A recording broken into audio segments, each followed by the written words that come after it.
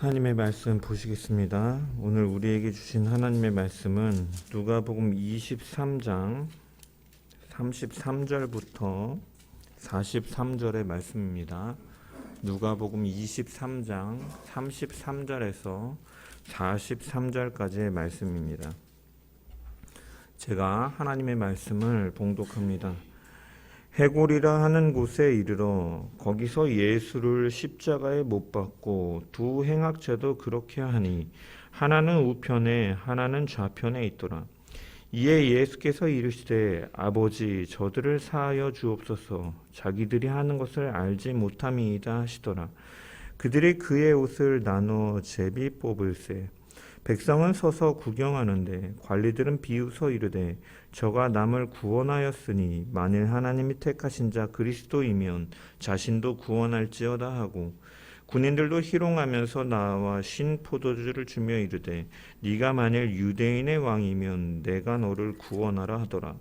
그의 위에 이는 유대인의 왕이라 쓴 패가 있더라. 달린 행악자 중 하나는 비방하여 이르되 내가 그리스도가 아니냐 너와 우리를 구원하라 하되 하나는 그 사람을 꾸짖어 이르되 내가 동일한 정죄를 받고서도 하나님을 두려워하지 아니하느냐 우리는 우리가 행한 일에 상당한 보응을 받는 것이니 이에 당연하거니와 이 사람이 행한 것은 옳지 않은 것이 없느니라 하고 이르되 예수여 당신의 나라에 임하실 때에 나를 기억하소서 하니 예수께서 이르시되 내가 진실로 내게 이르노니 오늘 내가 나와 함께 낙원에 있으리라 하시니라. 아멘. 말씀을 통한 주의 은혜와 평강이 우리 모든 자들 가운데 넘치기를 축원합니다. 오늘은 추수감사주일로 예배를 드립니다. 올해 우리 교회의 성구가 데살로니가전서 5장 16절에서 18절인데 그 중에 18절의 말씀이 범사에 감사하라 이는 그리스도 예수 안에서 너희를 향하신 하나님의 뜻이니라 라고 기록하고 있습니다. 이처럼 하나님께서는 성도들이 범사에 감사하는 것이 그분의 뜻이라고 말씀하신 것이죠. 범사라는 것은 모든 일에라는 것입니다. 모든 환경에 감사하며 살라고 하시는 것이죠. 우리가 좋은 일이 있을 때, 좋은 환경에 있을 때는 감사가 나오는 것이 어떻게 보면 자연스러울 것이지만 우리의 인생은 항상 좋을 수만은 없습니다. 때로는 예상치 못했던 질병이 찾아와서 우리는 쓰러지기도 하고 경제적으로나 어떤 기대하지 못했던 이러한 불의의 일들이 나타남을 통하여서 우리의 삶은 때로는 고단하고 그러한 상황 속에서 우리는 감사보다는 불평이 자연스럽고 원망이 더 자연스러울 때가 있다라는 것이죠. 그럼에도 불구하고 하나님께서는 범사에 감사하라고 명령하셨고 우리가 감사의 자리로 나아가야 되는 이유가 그렇다면 있다는 것인데 그것은 무엇이냐? 하나님을 사랑하는 자, 곧 그의 뜻대로 부르심을 입은 자에게는 모든 것이 합력하여 선을 이룬다라는 그 약속의 말씀을 우리가 믿기 때문인 것이죠. 이 말씀처럼 하나님은 우리를 늘 선한 길로 인도하셨고 앞으로도 인도하실 것을 믿기 때문에 우리는 그 하나님을 신뢰하기 때문에 우리는 감사로 나아가야 되는 것이죠. 감사를 지향해야 되는 것입니다. 그 일하심이 때로는 나의 기대와 다르고 내가 계획한 때와 다르다 할지라도 그것이 바로 우리를 창조하시고 나보다 나를 더 잘 아시는 하나님의 선하신 계획 가운데 있음을 우리가 믿기 때문에 때로는 울며 신음하는 중에도 그것조차 하나님 앞에 쏟아놓으며 감사로 나아가야 되는 것이죠. 이 추수감사주일은 구약 성경의 이스라엘의 3대 절기 수장절에서 유래된 것입니다. 하나님께서는 가나안을 향해 들어가는 이스라엘 백성들에게 모세를 통하여서 출애굽기 34장 22절에 보면 77절 곧 맥추의 초실절을 지키고 새말에는 수장절을 지키라라고 말씀하셨습니다.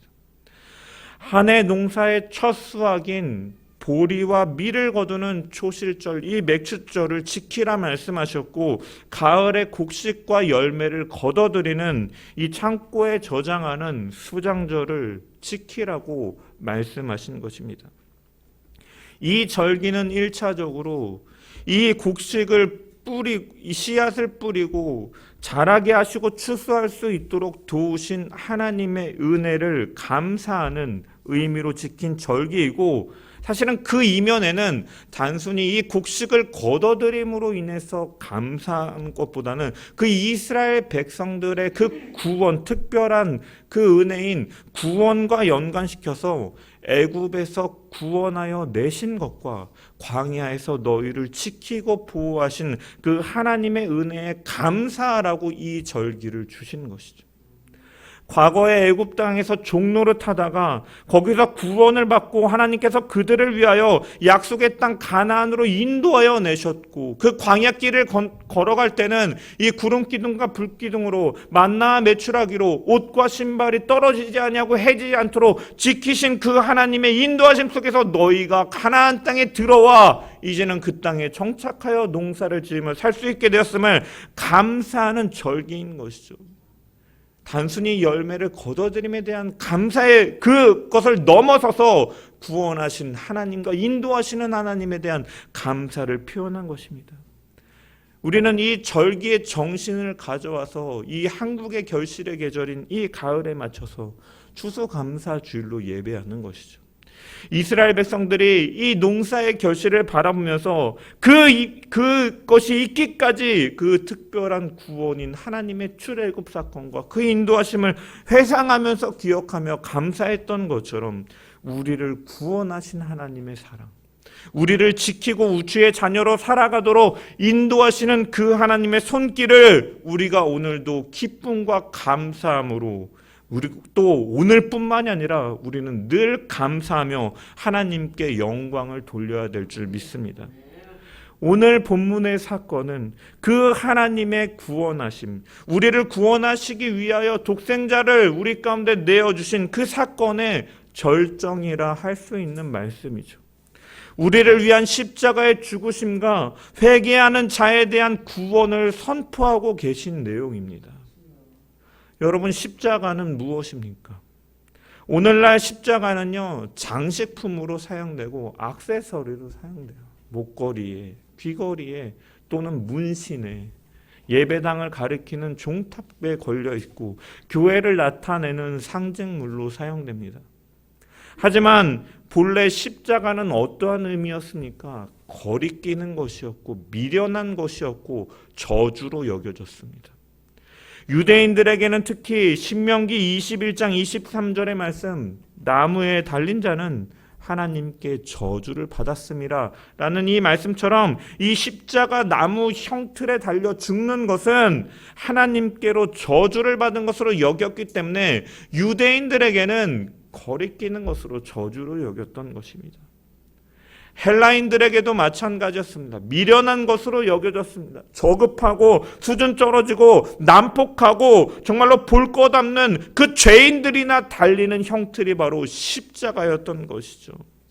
그래서 이 십자가형이 고대 페르시아 때부터 이 로마까지 이어지는 이 형벌이라고 하는데, 왜 십자가에 달아 죽였느냐? 이 죄인이 너무나 흉폭하고 너무나 저주스러운 자였기 때문에 그 죄가, 그가 흘리는 그 피가 땅으로 전이되지 않도록 한다라는 의미에서 유래되어서 이 십자가형을 그렇게 땅 위에 매달려 죽게 하였던 것입니다.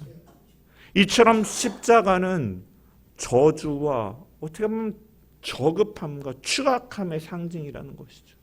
그런데 예수님께서는 그 십자가에 달리셨고 우리는 그것을 기념하며 감사하고 있는 것입니다. 왜 그렇습니까? 그것은 그 십자가가 바로 그리스도의 그 십자가에서의 죽음이 바로 하나님의 우리를 향한 그 사랑을, 그 은혜를, 그 용서를, 그 구원을 나타내고 있기 때문인 것이죠.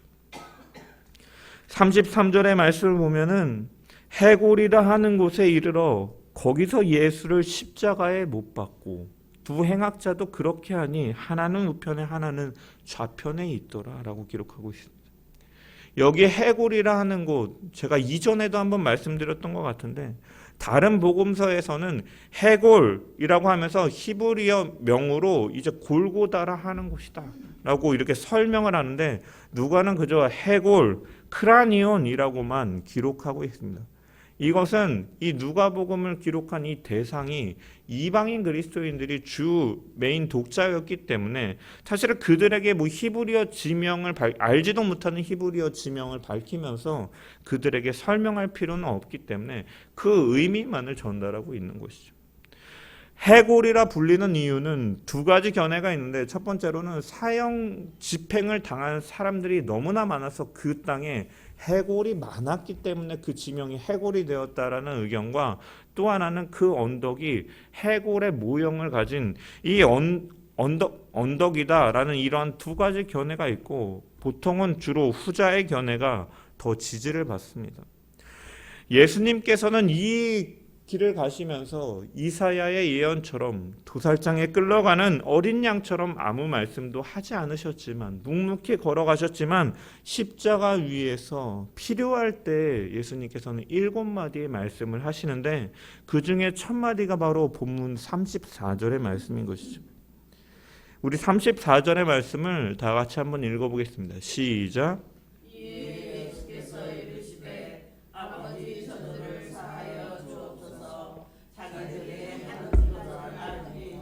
입니다. 아멘. 여기까지. 네. 예수님은 십자가에 달리시고 가장 고통스러우신 순간에 뱉으신 그 첫 마디가 무엇입니까? 아버지, 저들의 죄를 사하여 주옵소서. 자기들이 하는 것을 알지 못하니이다. 예수님께서 그 가장 고통스러운 그 순간에 뱉으신 그 한마디 말은 자신을 십자가에 못 박게 한 자들의 그 행위에 대해서 용서하고 계신 것이죠. 여러분, 이것은 인간의 사랑을 뛰어넘는 수준인 것이죠. 무한하신 하나님의 그 신적인 사랑에 기초하여서 용서해 주실 것을 구하고 있는 기도인 것입니다. 이 예수님은 자신을 사랑하고 따르는 자들만을 위해서 기도하시지 않으셨다라는 것이죠. 오히려 자기를 미워하고 시기하고 모함하는 유대인 종교 지도자들, 자신이 무죄임을 알면서도 자신을 십자가에 못 박으라고 형벌을 처한 빌라도를 포함해서, 또한 이 상부의 명령에 따라서 죄 없으신 예수 그리스도를 십자가에 못 박고 그 앞에서 심심풀이로 그의 옷을 제비를 뽑아 나눠 가지며 조롱하는 로마 군병들과, 처음에는 환호하였지만 이제는 그를 십자가에 못 박으라고 비난하면서 조롱하고 구경하는 사람들까지도 품으시는 하나님의 사랑이 바로 이 첫 마디 가운데 담겨 있다라는 것입니다. 그 안에는 자신을 따르는 제자들을 향한 그 기도도 포함되어 있는 것이죠. 자신을 따랐던 막달라 마리아와 요한과 야고보의 어머니 살로메아 같은 여인들, 3년이나 자신의 뒤를 따랐지만 3번이나 부인하였던 베드로와 같은 자들을 포함하여서 주님께서는 기도하고 계시는 것이죠. 저들의 죄를 사하여 주옵소서. 여러분, 이 기도 안에는 그 당시의 사람들뿐만이 아니라 이 베드로와 같이 주님을 3번씩이나 부인하면서 주님을 저주하고 모욕하였던 베드로와 같은, 날마다 하나님을 배신하고 하나님의 뜻을 때로는 외면하고 부인하며 하나님 앞에 죄인된 우리를 위한 기도였다라는 것이죠. 그 사랑이 바로 이 저들의 죄를 사하여 달라는 주님의 이 말에 담겨 있는 것입니다. 원래 죄인이었던 우리가 의인이 되고 자녀가 된 것, 이유가 어디에 있습니까, 여러분? 죄인으로서 십자가에 못 박혀야 마땅한 우리가 죄에서 구속함을 받고 하나님의 영광스러운 백성, 하나님을 아버지라 부를 수 있는 영광스러운 자녀가 될 수 있었던 것은 바로 이 예수님이 계시기 때문인 것이죠. 죄 없으신 예수님께서 우리를 대신하여 죽으셨고 형벌을 당하셨기 때문에 그 공로로 죄에서 구속함을 받고 하나님의 자녀가 된 것입니다. 그래서 십자가는 하나님의 사랑을 나타내는 것이죠. 그래서 로마서 5장 8절에 우리가 아직 죄인 되었을 때 그리스도께서 우리를 위하여 죽으심으로 하나님께서 우리에 대한 자기의 사랑을 확증하셨느니라. 예수 그리스도의 이 기도와 예수 그리스도의 십자가는 바로 하나님의 마음이 담겨 있는 것이고 그것이 바로 우리를 향한 사랑이었다라고 바울은 분명하게 고백하고 있는 것입니다. 우리는 오늘도 십자가를 바라보며 하나님 보좌 앞으로 나아가는 것이죠. 이 십자가를 바라보면서 우리는 그 자리가 바로 내가 있어야 될 자리고 그 자리가 바로 내가 죽어야 될 자리고 그 자리가 바로 죄에 따른 하나님의 보응을 받아야 될 자리인데 예수가 나를 위하여 대신 죽으셨고 우리를 죄를 사여달라고 기도하시고 물과 피를 다 쏟으셨기 때문에 바로 우리가 구원받았음을 기억하며 그 하나님의 사랑을 감사하는 저와 여러분 되기를 소망합니다. 또한 주님이 달리신 십자가는 우리를 향한 하나님의 사랑이 얼마나 큰지를 또한 발견하게 되는 것이죠.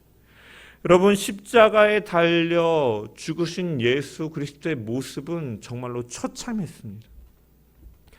인간을 위해 죽으시는 예수 그리스도의 모습을 보면서 여러분 우리는 구약의 사건을 구약을 우리 이미지를 떠올릴 수가 있어야 됩니다. 바로 무엇입니까? 인간들이 죄를 지었을 때 소나 염소나 양이나 자신들의 죄를 대신해서 그 죽였던 수많은 가축들, 재물들이 떠올라야 되는 거예요. 그 가축들은 인간의 죄를 대신해서 가죽이 벗겨지고 피를 흘리고 온몸이 각이 떠져서 희생 제물로서 번제단 위에 불살라져야 됐습니다. 마찬가지로 그 동물들의 모습은 갈갈이 찢겨져서 어떻게 보면 처참한 모습인데 그 예수 그리스도의 십자가의 모습이 바로 이 구약의 제물의 짐승들이 이 예수 그리스도의 십자가를 예표하는 것이고 십자가는 바로 이 제물의 완성이자 실제였던 것이죠. 예수님께서 십자가에 지시기 전에 맞으신 채찍은 이 고고학자들의 연구에 따르면 단순히 우리가 생각하는 한 줄의 채찍이 아니라 9가닥으로 갈라져 있고 그 끝에는 쇠꼬챙이나 짐승의 뼈 같은 날카로운 것이 달려져 있어서 채찍에 한 대 맞을 때마다 살이 뜯겨져 나가는 그러한 채찍이었다라고 말을 합니다. 그러한 채찍으로 인하여 뼈와 살이 분리되고 피를 흘리시고 가시에 면류관을 쓰시고 이러한 피를 흘리신 이유는 무엇 때문이었습니까? 바로 우리의 죄 때문이었다라는 것이죠.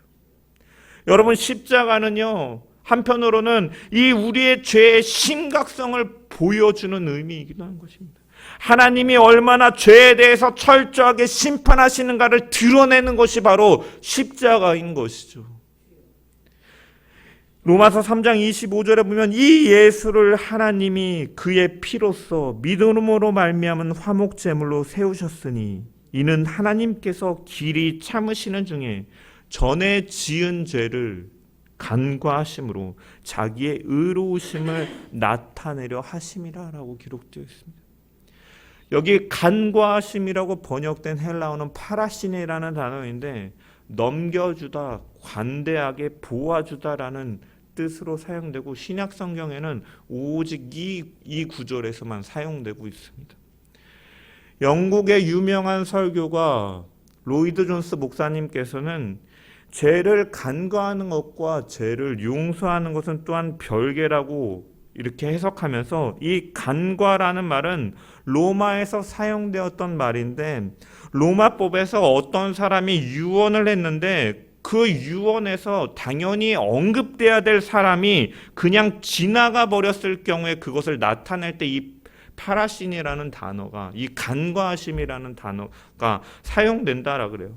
그래서 이 간과하심이라는 이 의미가 이 넘어가다 패스오버 유월절을 의미하는 것이다라고 이 로이드 존스 목사님은 해석했어요. 여러분, 예수님께서 오시기 전에 구약의 사람들은 어떻게 죄의 용서를 받았을까요? 이 동물 제물은 완벽히 인간을 대신하여 죽을 수가 없습니다. 완전한 인간이 아니고 죄 없는 인간이 아니기 때문에 완벽한 대속 제물이 될 수가 없는 것입니다.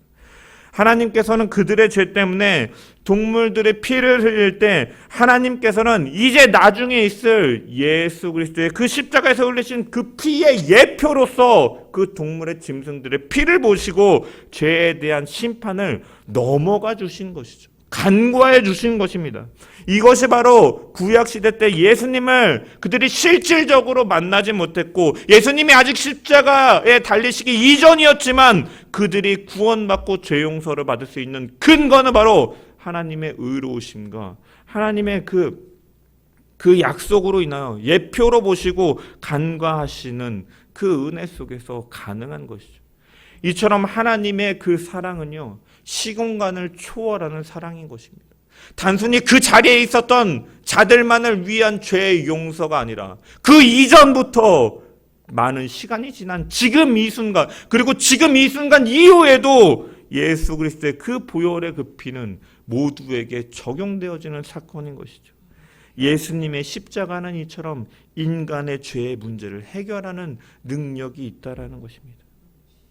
모든 인간은 하나님 앞에서 죄인이죠.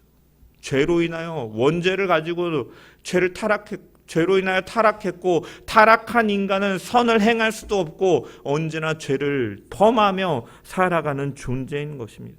그래서 죄의 종으로 살다가 죄라는 폭군 아래 지배를 받으며 사는 노예와 같이 바울은 로마서에 표현하고 있는 것이죠. 이것이 보편적인 인간이다라는 것이요. 여러분, 그 보편적인 인간 앞에 있는 것은 무엇입니까? 공의로우신 하나님의 심판이 있는 거죠. 모든 사람은 그 보응 아래 아무도 예외 없고 자유할 수가 없다라는 거죠. 조금도 망설임 없이 하나님께서는 분명하게 그 죄를 다루시는 분이다라는 거예요. 여러분, 우리가 십자가를 바라보면서 우리는 인간의 죄가 얼마나 심각한지를 우리가 또한 발견해야 된다라는 것입니다. 하나님의 진노가 얼마나 무서운지를 발견해야 된다라는 거예요. 한 분이신 독생자 예수 그리스도가 그 십자가에서 죽으실 때 물과 피를 쏟으시고 뼈와 살이 분리되고 모든 생명을 쏟아놓으시기까지 하나님과 분리되는 고통 속에서 엘리 엘리 라마 사박다니 나의 하나님 어찌하여 나를 버리시나이까 모든 인류의 죄를 품으시고 그 아파하시는 그 주님의 기도와 그 부르짖음을 바라보면서 우리는 그 진노가 사실은 우리 앞에 죄를 다루시는 하나님의 공의를 바라볼 수밖에 없는 것이고, 그 하나님의 공의의 하나님을 아는 자들은 예수 그리스도의 십자가를 더욱 붙잡을 수밖에 없는 것이죠. 그 십자가만을 자랑할 수밖에 없는 것입니다. 왜냐? 우리 스스로는 그 의를 행할 수도 없고 조건을 충족할 수도 없기 때문에. 그 십자가는 바로 공의의 하나님을 나타내며 그 십자가는 바로 우리를 향한 그 공의가 드러나기 때문에 하나님의 은혜가 더욱더 선명하게 드러나는 줄 믿습니다. 요한일서 4장 9절에 하나님의 사랑이 우리에게 이렇게 나타낸 바 되었으니 하나님이 자기의 독생자를 세상에 보내심은 그로 말미암아 우리를 살리려 하심이라고 했습니다. 우리가 믿는 하나님이 공의의 하나님이시고 그 공의의 하나님의 십자가를 바라보면서 사랑이심을 아는 것이 우리에게 큰 위로이고 축복인 줄 믿습니다. 이 은혜는 하나님과 우리 사이의 관계를 바꾼 것이죠. 원래 그 십자가에 달려야 되고 하나님과 원수되었던 우리를 관계를 바꾸신 것입니다. 주님의 첫마디에는 하나님을 뭐라고 말하고 있습니까? 아버지라고 말하고 있습니다. 여러분, 헬라어 성경에서도 이 파테르가 가장 앞서서 나요. 파테르, 아페스, 아우토이스. 아버지여, 아페스 사하여 주옵소서, 아우토이스. 그들의 죄를 사하여 달라는 것입니다. 그들을 사하여 달라는 것입니다.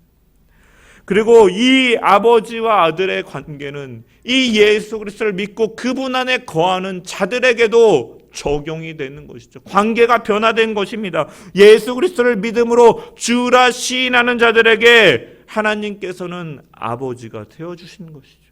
로마서 8장 15절, 아까 처음에 기도할 때 읽었지만 너희는 다시 무서워하는 종의 영을 받지 아니하고 이제 죄 아래 거하여 있지 않는다라는 것입니다. 양자의 영을 받았으므로, 성령을 받았으므로 우리가 아빠 아버지라 부르짖느니라. 하나님은 우리의 아버지가 되셨다라는 것이죠. 여러분, 주님은 가장 고통스러운 십자가에 달리신 그 상황 속에서 성부를 찾고 계십니다. 아버지를 찾고 있는 것이죠. 여러분, 마찬가지로 우리 역시도 힘들고 고단할 때 때로는 이 나그네와 야곱의 표현처럼 험악한 세월을 살아가는 동안 우리가 찾을 자가 바로 누구시냐라는 것입니다. 우리는 하나님, 아버지 되시는 우리의 그 아버지께로 나아가야 될 줄 믿습니다. 육아를 하다 보면 아이들이 놀다가 혹은 공부하다가 무언가 막히거나 난관이 있을 때 가장 먼저 하는 게 엄마, 아빠 이것 좀 해줘 짜증 부리면서 찾습니다. 왜 그렇습니까? 무슨 일이든지 해결해 줄 사람으로 믿고 신뢰하기 때문에 엄마, 아빠를 찾는 것이죠. 마찬가지로 우리는 하나님이 우리의 아버지가 되신다라는 특권이죠. 자녀가 되었기에 하나님 아버지를 찾을 수 있는 그 특권이 바로 우리 가운데 주어졌고 이것이 바로 놀라운 은혜요 우리가 감사할 것뿐인 줄 믿습니다. 히브리서 4장 16절의 말씀, 그러므로 우리는 긍휼하심을 받고 때를 따라 돕는 은혜를 얻기 위하여 은혜의 보좌 앞으로 담대히 나아갈 것입니다. 이 은혜의 보좌 앞으로 나아가고 아버지라 부를 수 있는 모든 것이 우리를 때를 따라 돕는 그 은혜, 그 긍휼하심으로 말미암은 것임을 우리가 기억하면서 그 긍휼하심 속에 하나님이 우리의 아버지가 되시고 돕는 은혜 속에 그 보좌 앞으로 나아갈 수 있게 된 줄 믿으시길 소망합니다. 이 하나님을 날마다 찾고 그분을 아버지라 부르며 가까이 나아가며 그분과 기도로 교제하고 말씀을 통해 그분을 뜻을 쫓는 저와 여러분 되시기를 간절히 축원합니다. 이것이 바로 범사에 감사하는 자의 삶인 것이죠. 늘 나와 함께 해주시는 분을 알고 기억하면서 감사하기 때문에 그분께 나아가고 그분의 말씀을 가까이 하며 그분의 말씀을 쫓고 그분과 기도함으로 교제하는 이 모든 것이 감사하는 자의 삶의 열매인 것인 줄 믿습니다. 예수님의 십자가 앞에는 조롱하는 사람들이 있었습니다. 먼저는 로마 군병들이 예수님의 옷을 갖기 위해서 제비를 뽑았다라고 기록하고 있죠. 사람들이라고 기록되었지만 병행되어 있는 구정들을 보면 로마 군병들입니다. 로마 군병들은 이렇게 이 죄수들의 옷을 나누어 갖기 위해서 제비를 뽑는 이 관습이 있었어요. 일종의 어떻게 보면 노름이라고 할 수 있죠. 그들의 생명 가벼이 여기면서 조롱하면서 이것을 누가 가질래 하면서 조롱하는 것입니다. 백성들도 조롱하였습니다. 35절 36절에 보면 백성은 서서 구경하는데 관리들은 비웃어 이르되 저가 남을 구원하였으니 만일 하나님이 택하신 자 그리스도면 자신도 구원할지어다 하고 군인들도 희롱하면서 나와 신포도주를 주었다라고 기록하고 있죠. 이런 사람들의 무리 중에 또한 동참한 자가 있었습니다. 누구입니까? 예수님의 좌우편에 있던 행악자들이었습니다. 이 누가복음만 보면 한 사람만 비난한 것 같지만 마태복음과 마가복음을 보면 이 두 죄수 모두가 예수님을 욕하고 비웃었다라고 잠깐 기록하고 넘어가고 있습니다. 하지만 누가는 그 관심을 더욱더 가지면서 예수님과 그들의 대화를 주목하여서 기록하고 있는 것이죠. 처음에는 두 죄수 모두 마태와 마가의 기록처럼 예수님을 비웃었을지는 모르나 이제는 그 중에 한 사람은 심경의 변화가 생기는 것이죠. 한강도는 내가 그리스도가 아니냐, 너와 우리를 구원하라 라고 말하면서 죽어가는 마당에 그를 모욕하였습니다. 하지만 한 사람은 그를 책망하면서 말하죠. 하나는 그를 꾸짖어 이렇게 가로되 내가 동일한 정죄를 받고서도 하나님을 두려워하지 아니하느냐. 우리는 우리가 행한 일에 상당한 보응을 받는 것이고 이것이 당연한 것이지만 이 사람이 행한 것 중에 옳지 않은 것은 없다라고 말하고 있는 것이죠. 이 사람은 최후의 순간을 맞으면서 어떻게 됩니까? 자기의 죄를 깨닫는 것이에요. 그런데 여러분, 이 사람이 왜 갑자기 죽음을 앞둔 이러한 극적인 순간에 바로 자신의 죄를 깨닫고 회개하며 주님께 용서를 구하고 있냐라는 것입니다. 왜 예수님께서 십자가에 달려 죽을 만한 사람이라고 다른 사람들은 조롱하고 있는데 왜 그 사람은 예수 그리스도를 영접할 수 있었냐 하는 것입니다. 그것이 바로 포인트죠. 그것은 바로 그 주님이 왜 아무런 죄도 없이 죽으실 줄 알게 하는 그것은 바로 주님이 처음 하셨던 그 말씀. 아버지, 저들을 사하여 주옵소서. 자기를 조롱하고 자신들의 인생을 부정하며 비방하는 자들, 정말로 배신하는 것처럼 손바닥 뒤엎듯이 환호하였다가 그 사람을 못 박으라고 배송하는 그 군중들 앞에서도 그들의 죄를 사하여 달라는 주님의 기도를 들으면서 그의 모습을 보면서 그는 하나님의 사랑을 발견하였고 그를 향한 믿음을 갖게 된 것이죠. 그렇기 때문에 변화된 것입니다. 두 사람 모두가 조롱하고 비방하였지만 이제는 그 이후에 그 주님의 모습을 바라보면서 그는 변화되고 주님을 영접하고 회개하였던 것입니다. 예수님을 통하여서 하나님의 사랑을 느끼게 된 것이죠. 그 하나님의 공의와 하나님의 사랑을 느꼈기 때문에 하나님을 두려워하는 것이 마땅하지 아니하냐라고 공의의 하나님을 말했고 그 하나님, 그 주님 앞에 사랑을 구하며 긍휼을 구하면서 그분께 용서를 구하는 것입니다. 여러분, 물론 그도 행악자였습니다. 악한 행동을 한 범죄자였습니다.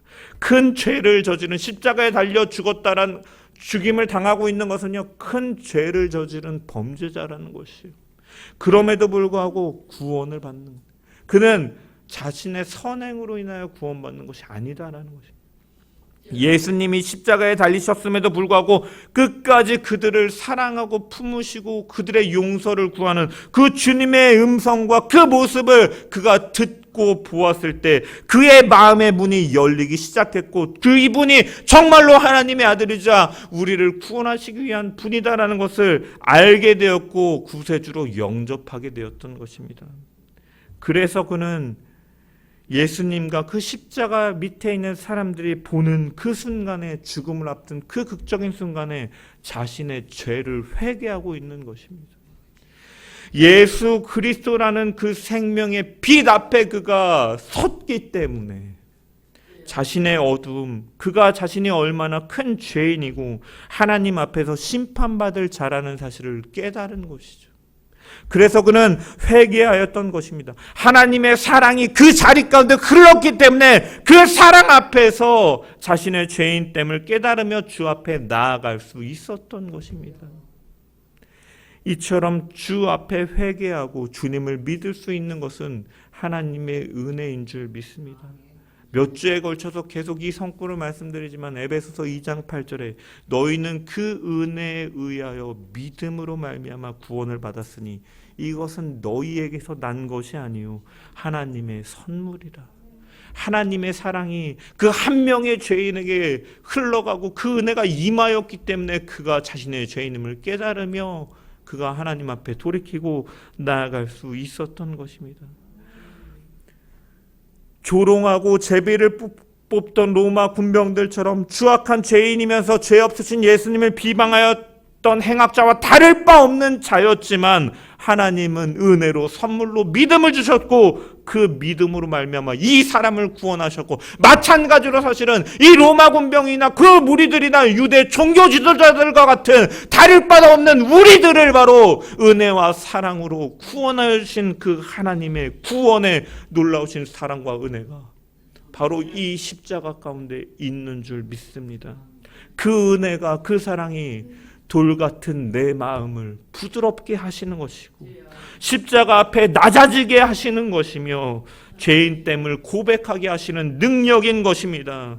그 능력을 위하여서 주님은 이 땅에 오셨고 우리를 위하여서 십자가를 지시는 헌신과 순종을 통하여서 그 사랑이 나타났으며 그분의 용서와 사랑으로 말미암아 우리는 구원받은 줄 믿습니다.